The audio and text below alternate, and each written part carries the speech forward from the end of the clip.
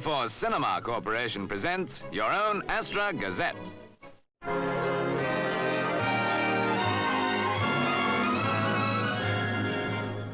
A mecca for the finest cars of yesterday and today is the Yorkshire village of Marton-cum-Grafton, whose 17th century inn is a checkpoint and control for motoring rallies and attracts enthusiasts from all over the country. Old crock lovers will recognize this 1909 Renault, but every car here merits its circle of admirers.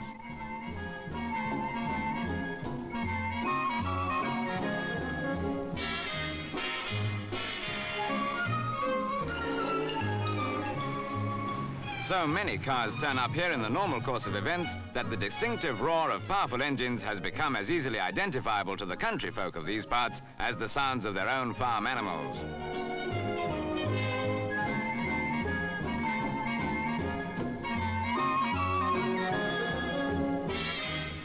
On most occasions, however, the impressive gathering has nothing to do with a rally, but the pub itself, although not for the reason you think.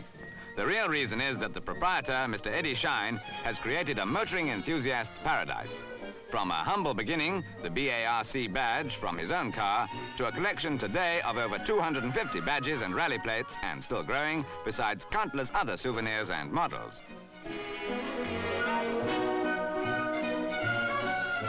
Many customers like Peter Bolton here are famous present-day rally drivers, but Eddie caters for every taste. For vintage car enthusiasts, he has a scale model of Genevieve specially made for the bar.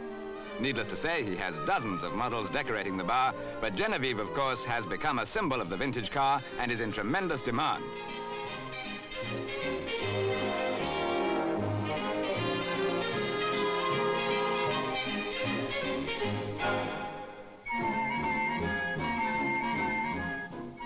A 1904 Darracq radiator makes an ideal frame for badges, quite a few of which have a fascinating story to tell. For example, one is thought to have come from Goering's bulletproof Mercedes.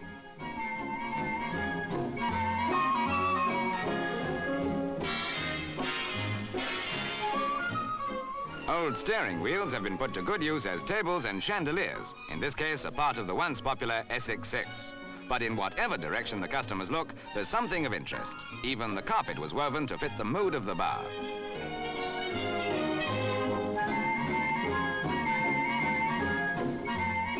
Even if you're one of the apparent minority these days who doesn't get any thrill out of cars, vintage or otherwise, one can't help but be fascinated by this unique setting. To cap it all, you get real Yorkshire hospitality here. At least that is until they say, "That's right, time, gentlemen."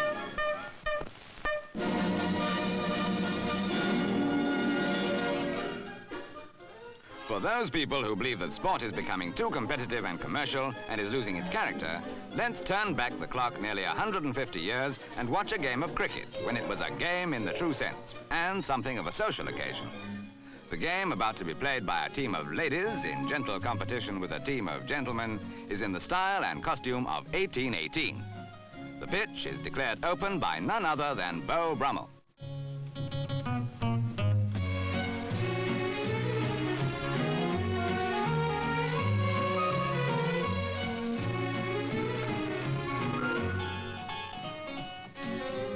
The general opinion is that cricket has got slower and slower over the last few years, but even the modern snail's pace doesn't seem all that slow compared with this tempo. Although, come to think of it, perhaps it was only the preliminary exchange of courtesies that took so long.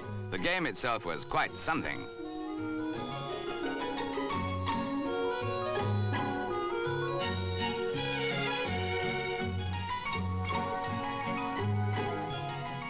To put you completely in the picture, the game is being played by students of Wimbledon School of Art, which probably explains why the standard of play is not as high as it might be.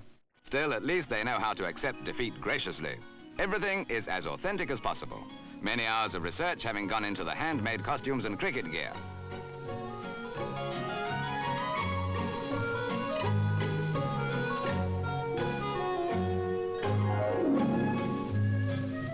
It's not all that surprising to see girls playing the game, because many years ago they played stool ball, so called because it was played by dairymaids using milking stools. Anyway, neither game was particularly hectic, and after a few overs, it's time for refreshments. Actually, it's a double celebration, the students really toasting the end of term.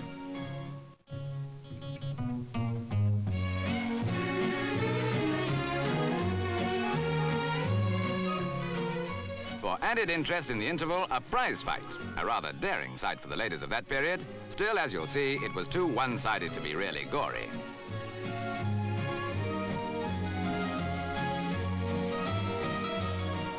As we were saying, it's so one-sided that it's a wonder the referee didn't stop the fight. Eh? Well, times haven't changed much, have they?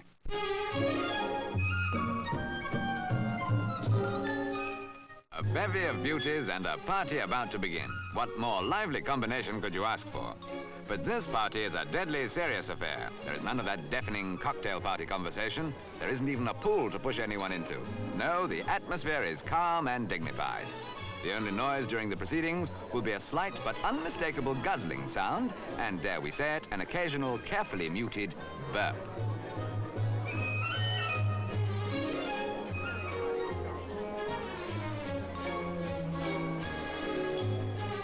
The party is, in fact, a contest to see who can swallow spaghetti fastest. The beauties from London's talk of the town, or the hairy gentlemen of the Handlebar Club, who are recognized, in some places, world champion spaghetti eaters. It is the ladies who threw down the glove and challenged the men, and our hirsute gallants have accepted both, the challenge and the gloves. The gloves are worn as a handicap.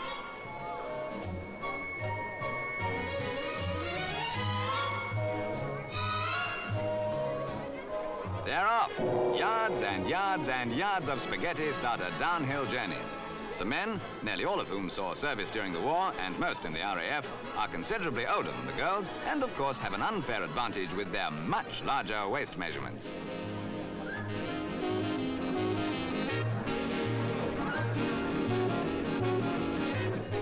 Misguided but well-meaning help for the girls makes the going even harder, while at least one gent finds time for a quick beer. Cheating is allowed if it's not too obvious, although the waiter is obviously a spy in the pay of the Handlebar Club.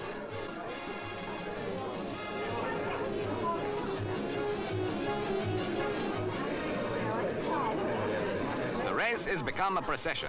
The girls have the spirit, but not the knack of carefree gorging, which is the mark of your true champion. The ladies eat like birds, yet so do the men. They eat like vultures.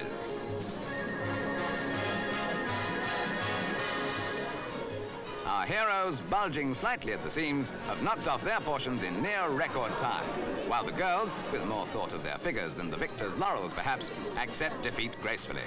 Never, surely, has a champion team displayed such uninhibited zeal, such spaghetti-spearing skill, or such graceful guzzling, nor certainly such messy moustaches.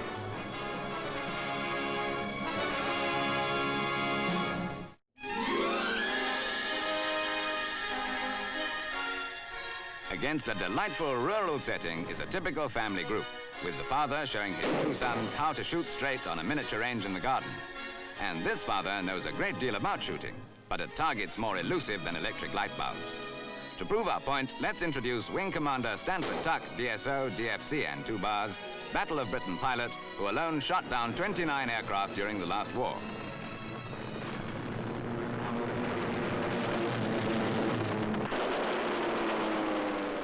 A pilot bails out, and a parachute mushrooms to give us a handy introduction to the story.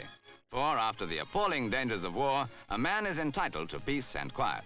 And Wing Commander Tuck has achieved just that through the unlikely medium of mushrooms. This is a large-scale commercial venture carried out on a 4.5-acre farm at EASTRA in Kent. The enclosed mushroom sheds themselves cover a whole acre. Onto a tray of specially prepared compost, which has been pasteurized for 48 hours at a temperature of 140 degrees Fahrenheit, goes the mushroom spawn.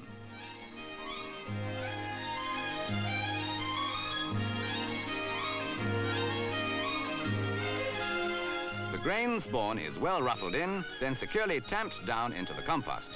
After a fortnight in the spawn room, a mixture of saturated peat and graded chalk is placed on top to a depth of 1.5 inches.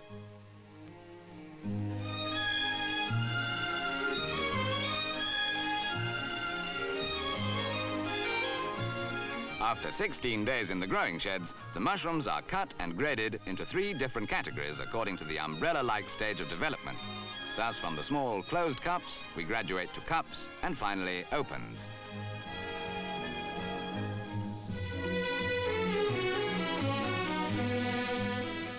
The 2.5-pound chips, or baskets, weighed here by Mrs. Joystock, are secured for the journey to their destinations in various parts of the country.